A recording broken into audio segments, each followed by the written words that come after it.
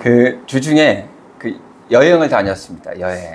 주중에 금요일 날 가서 1박 2일로 용평에 다녀왔어요.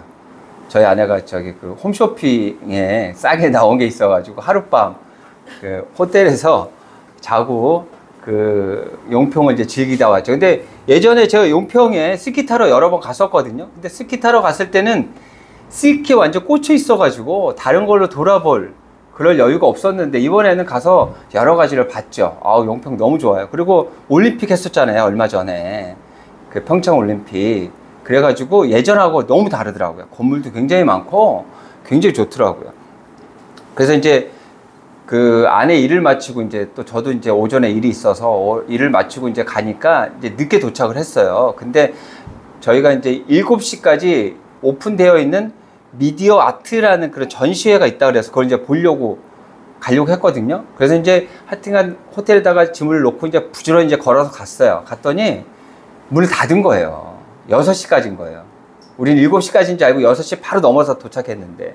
그래서 너무 안타깝잖아요. 너무 궁금한 거예요. 그래가지고, 어떻게 하면 좋겠냐고 우리가 내일은 올라가야 돼서 못 보는데, 어떻게 볼 수 없겠냐 그랬더니 이 사람들이 한참 고민하다가, 그럼 보라는 거예요. 이제 자기들이 이제 그날이 시작하는 날이었어요. 그 개막하는 날이에요. 그날이. 그 금요일 날이. 그래서 이제 나름대로 또 체크를 또 해봐야 되고 하니까 틀어놓을 테니까 보라는 거예요. 그래갖고, 우리 둘이서 그 넓은 곳을 다 돌아다니면서 다 봤죠. 근데 그 미디어 아트가 뭐냐면 그 영상을 있잖아요. 큰 공간을 만들어 놓고 영상을 이렇게 틀어주는데 실감나게 틀어줘요. 정말 내가 그 안에 막 비가 두두둑 떨어지는 막 그 안에 들어가 있는 것처럼.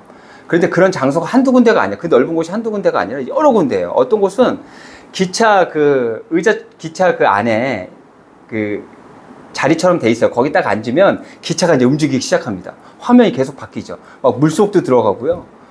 실감납니다. 그리고 저희가 사실 통영에서도 한번 미디어 아트를 한번 본 적이 있어요. 한번 우리 지인하고 가서 한번 본 적이 있는데, 그건 비교도 안 돼요. 엄청 디테일하고, 정말 막 실감나게 너무 잘 해놨어요. 그래서 저희가 나오면서 막 쌍따봉을 하면서 나왔다니까요. 너무 좋다고 그분들에게 너무 감사하다고 그렇게 보고 나왔어요. 그렇게 이제 나와서 저녁을 이제 먹어야 되는데 또 마땅히 먹을 데가 없는데 사람도 없어요. 사람도 없고 엄청나게 넓은 식당에 한 테이블만 이렇게밖에 없는 거예요. 그래서 뭘 먹을까 하다가 피자집에 갔어요. 그 피자를 시켰는데 이야, 또 이 피자가 맛있네요.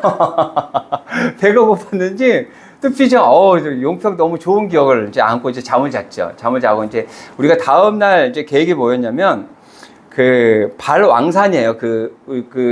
곤도라 타고 올라가잖아요. 곤도라. 케이블카 타고 쭉 올라가면 그 정상이 발왕산이에요. 항상 이제 스키 타러 가려면 이제 그거 타고 올라가면 굽이 이제 내려오는 거고, 스키 타고.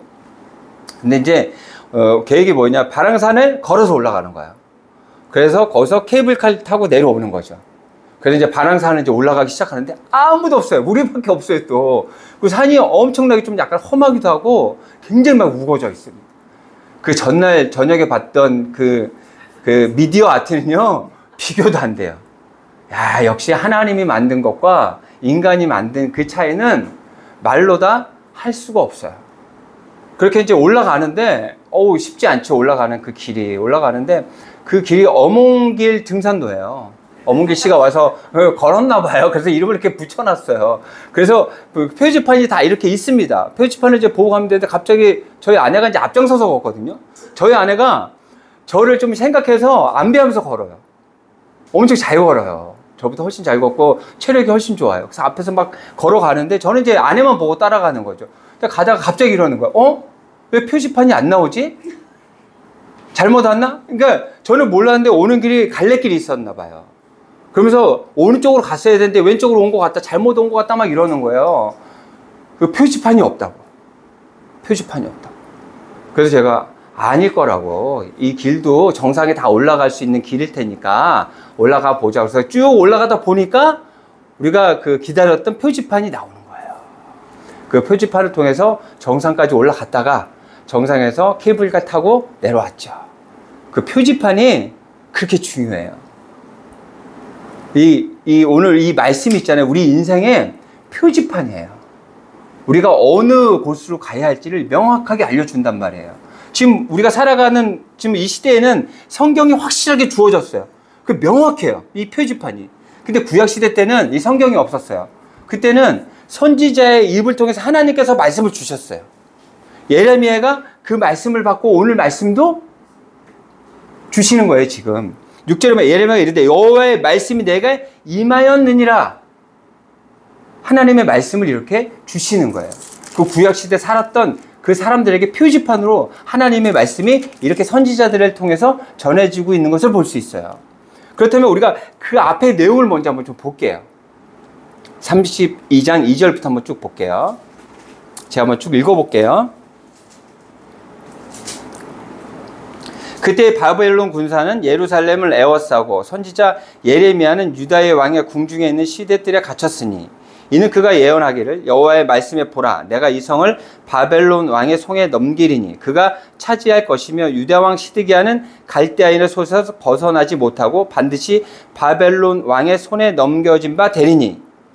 이게 무슨 얘기냐면 지금 바벨론이라는 큰 나라가 있어요. 근데 이스라엘 백성들이 하나님께서 옳은 길로 가라고 그렇게 말씀하시는데도 불구하고 옳은 길로 안 가요. 너무 제약된 길로 가다 보니까 하나님께서 그들을 치시는 거예요. 치시겠다고 하시는 거예요. 누구를 통해서? 바벨론을 통해서 너희 나라를 내가 멸망시킬 거야. 그리고 너희 왕 시드기야 왕은 포로로 끌려가게 될 거야. 그리고 비참하게 죽잖아요. 결국에는 그게 역사적으로 나오는 내용들이거든요. 그러니까 지금 예레미야의 입을 통해서 하나님께서 이스라엘에게 지금 예언하고 계시는 거예요. 말씀을 주고 계시는 거예요. 근데 이 말씀을 보면 아우 하나님은 왜 이렇게 고난만 주시는 거야? 왜 이렇게 진짜 이렇게 죽이시려고만 그러시는 거야? 라고 얘기할 수 있잖아요. 근데 그렇지 않아요. 이 시간까지 하나님께서 엄청 기다리셨거든요. 그것을 창세기에서 보면 알 수 있어요. 무드셀라라고 기억하세요? 무드셀라. 그 사람이 몇 년 산 줄 아세요? 969년. 근데 중요한 건 969년을 살아도요, 결국엔 죽어요.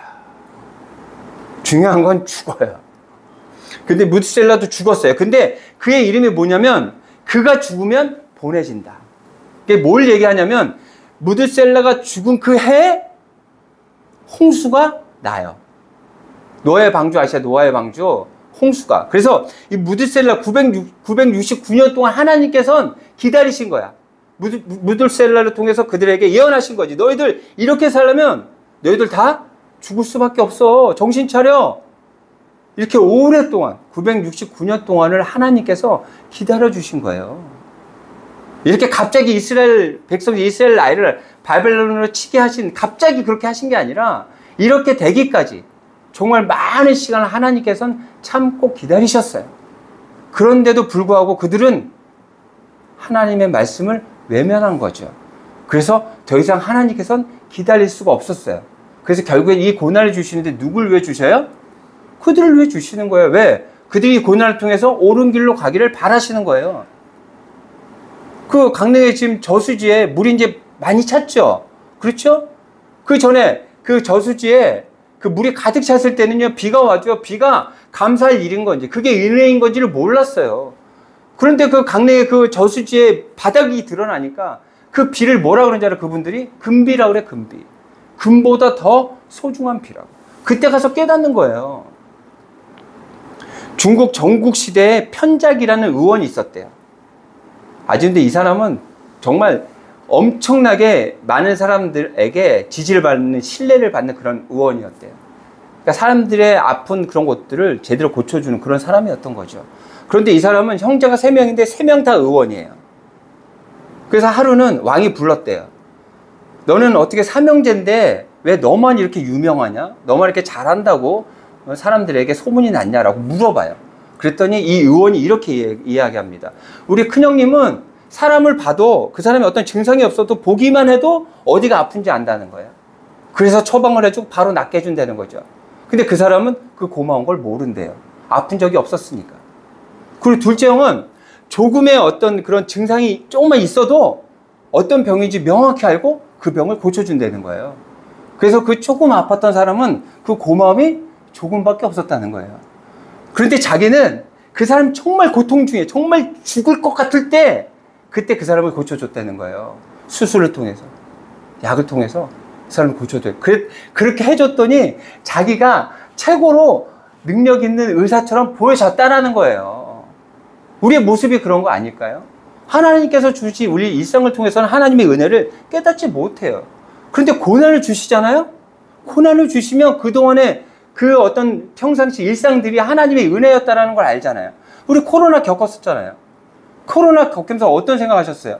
야, 그전에 그 일상이 정말로 감사하고 은혜로웠던 시간들이었구나 라는 거 그때 깨달았잖아요. 이 고난을 주신 그 이유가 있다니까요. 하나님께서 옳은 길로 가게 하고자 하는 하나님의 크신 의뢰와 사랑의 마음이 이곳에 있었던 거예요. 왜 이런 힘들고 어려운 일을 나에게가 아니라 그런 고난이 나에게 온다면 이 고난이 왜 왔을까? 하나님의 말씀을 통해서 나를 다시 한번 자세히 들여다보는 계기가 되어야 돼요. 그래야 삶의 변화가 있을 수 있는 거죠. 그냥 원망 불평, 또 재수 없어, 이렇게 지나고 나면 그러한 삶으로 끝나버리는 거예요. 하나님이 주시는 그 고난은 뭐라고요? 우리를 사랑하시는 하나님의 크신 은혜와 사랑이 있기 때문에 있는 것이라는 거 기억하시고, 어떤 고난이 있더라도 그 고난으로 좌절하고 실망하고 포기하는 일은 없어야겠죠. 그렇죠? 그 고난을 통해서 나의 모습을 다시 한번 돌아보고 더 앞으로 나아갈 수 있는 우리가 되어야겠죠. 그렇다면 이제 오늘 말씀 한번 보도록 할게요. 오늘 말씀은요, 어떤 내용이냐면요, 이런 거예요. 내 친지 중에 한 명이 유산을 날렸어요. 재산을 날렸어요. 가지고 있던 어떤 땅을 날려 먹었어요. 그랬더니 예레미야에게 너 가서 그거 다시 회복시켜줘 라고 이야기하는 거예요. 그랬더니 그 예레미야가 가서 돈을 들여가지고 그 땅과 그 재산들을 다시 다 사가지고 회복한 내용을 지금 담고 있는 거예요. 그런데 보세요. 지금 이 이스라엘은 이제 바벨론으로 인해서 완전히 멸망하게 돼요. 지금 예레미야에게 그 말씀을 주셨잖아요. 이제 멸망하게 돼요. 이제 멸망하는 나라예요. 이제 나라가 없어져요. 그런데 그 나라의 땅을 지금 사겠다라는 거예요. 그 땅을 샀다는 거예요. 다시 하나님께서 그 땅을 회복시켜 주신다라는 그런 약속이 있었기 때문에 그것을 믿는 거예요. 하나님을 신뢰하기 때문에. 이 믿음이 있어야 되는 거죠. 그런데 믿음이 있잖아요. 제대로 된 믿음이어야 돼요. 우리 그 암살이라는 영화 보면은, 저는 그 암살을 처음부터 끝까지 본 적이 없어요. 띄엄띄엄 뭐 텔레비전 나올 때 잠깐 봤는데, 제가 마지막 봤던 어떤 그 기억이 나요. 마지막에 봤던 이정재에게 그 주인공이 총을 겨누고 있어요. 근데 이제 이정재가 어떤 역할을 했냐면 독립군이에요. 독립군인데 배신을 합니다. 배신을 하고 자기 동료들을 잡으러 다니는 그런 나쁜 놈이 되어버렸어요. 일본 앞잡이가 된 거예요. 일본 사람들이 앞잡이가 된 거죠. 그러다 이제 결국에는 나라가 광복이 되고, 그리고 독립군들에게 잡혀서 이제 자신의 목숨이 다하는 그런 순간이 와요. 그래서 이제 그 주인공이 물어보죠. 그때 주인공이 전지현이었나요? 물어봐요. 너 왜 그랬어? 너 왜 배신하고 왜 우리 동료들 왜 그렇게 죽이고 그렇게 못된 짓을 왜 한 거야? 라고 그렇게 얘기했더니 이정재가 이렇게 얘기합니다. 광복이 될 줄 몰랐어. 계속해서 일본이란 나라의 식민지로 살아갈 거라고 생각했어. 그래서 나는 그렇게 판단한 거야 라고 그렇게 솔직하게 이야기합니다. 이 사람은 정말 큰 믿음이 있었죠. 근데 그 믿음이 잘못된 믿음이었던 거예요. 지금 예레미야는 어떤 믿음이에요? 하나님 말씀에 대한 믿음. 하나님 말씀에 대한 믿음이 우리에게 있어야 돼요. 다른 잘못된 신념이 아니에요. 그럼 제대로 된 믿음을 어떻게 지켜야 되느냐? 제가 말씀드렸죠? 이 성경이 뭐라고요? 우리의 앞으로 나아가는 표지판, 방향, 설정을 해주는 확실한 근거가 되는 거예요. 그래서 이 말씀을 통해서 우리는 믿음을 가져야 되고, 그리고 앞으로 나아가야 하는 거예요. 우리는 미래를 두려워합니다. 그렇죠? 미래를 두려워요. 그래서 자신의 미래가 무엇인지를 굉장히 궁금해하는 사람들이 많아요. 그 아내랑 가끔 가다가 이제 젊은이들이 많이 가는 그런 거리를 한 번씩 가는 경우들이 있습니다. 그래서 먼저 번에도 홍대를 한번 갔던 기억이 있어요. 홍대 가서 그 거리를 걷는데 그 점을 보는 곳이요, 엄청나게 많습니다. 타로 뭐 이런 점들을 보는데 엄청나게 많아요. 왜? 사람들은 자신의 미래에 대해서 굉장히 궁금해해요. 근데 중요한 건 있잖아요. 그 미래는 오늘 내가 어떻게 살아가느냐에 따라서 달라지긴 하죠. 하지만 정확한 믿음이 있어야 된다는 것을 성경을 통해서 근거로 이야기해줘요. 우리가 내일을 위해서 오늘을 잘 살아야 되는 것은 당연해요. 그렇죠? 내가 오늘 어떻게 살아가느냐에 따라서 내일이 달라질 수 있다니까요.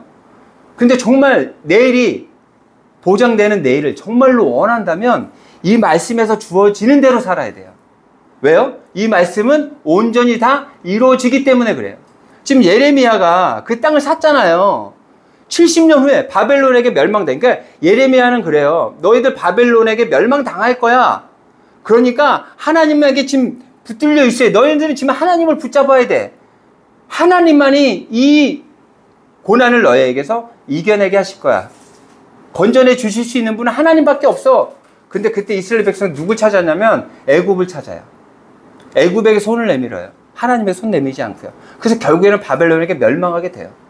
그리고 정말로 70년 후에 말도 안 되는 일이 벌어지죠. 그 왕이 이스라엘 백성들을 보내줘요. 그래서 다시 그들이 이스라엘 그 나라로 다시 돌아 회복되어지는 그런 놀라운 일이 있어요. 그게 말씀에 주어졌어요. 그래서 하나님은 이 말씀을 지키시는 거예요. 보장된 내일을 꿈꾸신다면 이 말씀을 믿으면 돼요. 왜? 이 말씀대로 하나님께서 꼭 다 모든 것들을 다 이루시기 때문에 그래요. 그 말씀 중에 오늘 보면 이런 내용들이 나옵니다. 기업을 물을 권리.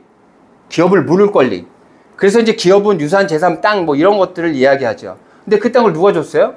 가나안 땅을 하나님께서 줬어요. 지파별로 다 분배를 해갖고 다 나눠줬단 말이에요. 그러면서 그 땅을 분배해주고 세습되게 만들고 그리고 영구히 보존하게끔 만드셨어요. 그 민수기에 보면 이런 말씀이 있습니다. 그 기업을 팔지 못하려니 이는 그 기업은 그들의 조상으로부터 받은 것이냐. 하나님께서 주신 땅이기 때문에 팔지 못했던 거예요. 그래서 만약에 이것을 빼앗기는, 팔아야 되는 어떤 그런 상황이 되면 다른 친족이 그것을 다시 사야 하는 그런 권리를 갖게 되는 거예요. 그래서 그 물을, 이것은 무슨 뜻이냐면 되찾다, 다시 사들이다, 속량하다, 그런 뜻들이 있어요. 그러니까 이런 거예요. 지금 어떤 친족이 자신의 그 땅을 팔아야 되는, 뺏길 수밖에 없는 상황인 거예요. 이것을 다시 예레미야 가서 다시 그것을 자신이 돈을 주고 다시 사서 그것을 회복시키는 것. 그렇게 물러주신 가장 크신 분, 가장 큰 일을 하신 분이 누구예요? 예수님이시죠. 우리가 죽을 수밖에 없는, 죄로 인해서 죽을 수밖에 없는 우리의 그 죄를 대신해서 죽으시고 희생하시고 우리가 다 빼앗길 수밖에 없는 그 모든 것들을 다시 다 회복시켜 주신 분이 예수님이에요.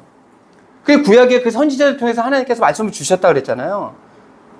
우리에게 오실 예수님에 대한 내용이 구약에 있어요. 그리고 결국에는 예수님이 이 땅에 오셔요. 그리고 신약은 뭔지 아세요? 예수 그리스도를 믿음을 통해서 우리에게 영생을 약속하셨어요. 그래서 우리는 그것을 믿으면 되는 거예요. 잘못된 믿음이 아니라 제대로 된 믿음. 그 믿음을 가지고 나아가면 우리의 미래는 보장되어 있어요. 약속되어 있어요. 그래서 하나님께서 우리에게 약속한 그 믿음을 가지고 그렇게 앞서 나아가시는. 그래서 하나님께서 우리에게 약속하신 하나님의 그 영생의 축복을 이 땅에서부터 누리시는 여러분들이 되시기를 바랍니다. 네.